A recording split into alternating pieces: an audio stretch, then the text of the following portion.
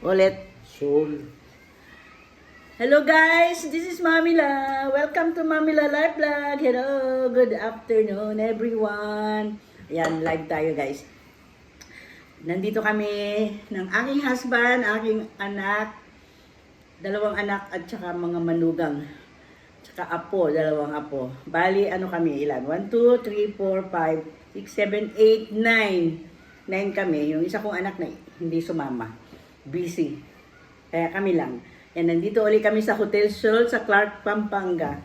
Yan, dito kami mag-staycation para mag-celebrate ng birthday ng aking husband. Yan, hello de. Hello. Hello, yan, ang aking husband. Magbe-birthday siya.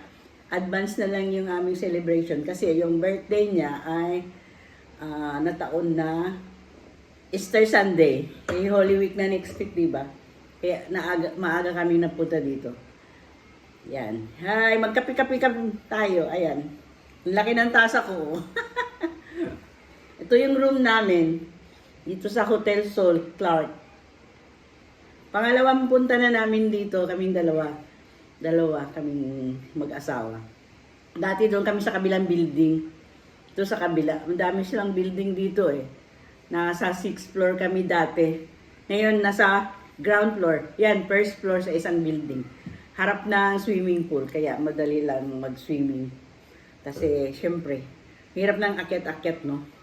Kahit ba naman elevator, eh, mabuti itong harap lang. Nasa ground floor lang. Yan, guys.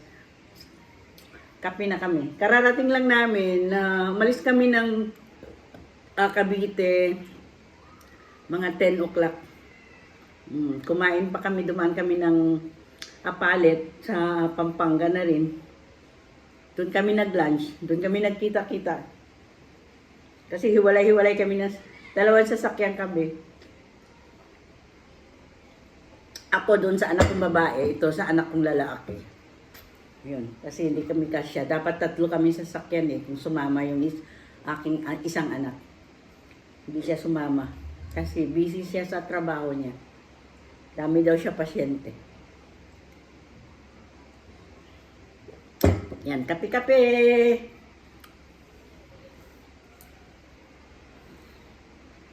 Mag-relax-relax, di ba? Mag-staycation na lang. Pa-relax-relax na lang tayo, guys. Pawala sa stress. Magbakasyon minsan. Kaya subukan din ninyo guys magbakasyon. Makawala ng stress man lang.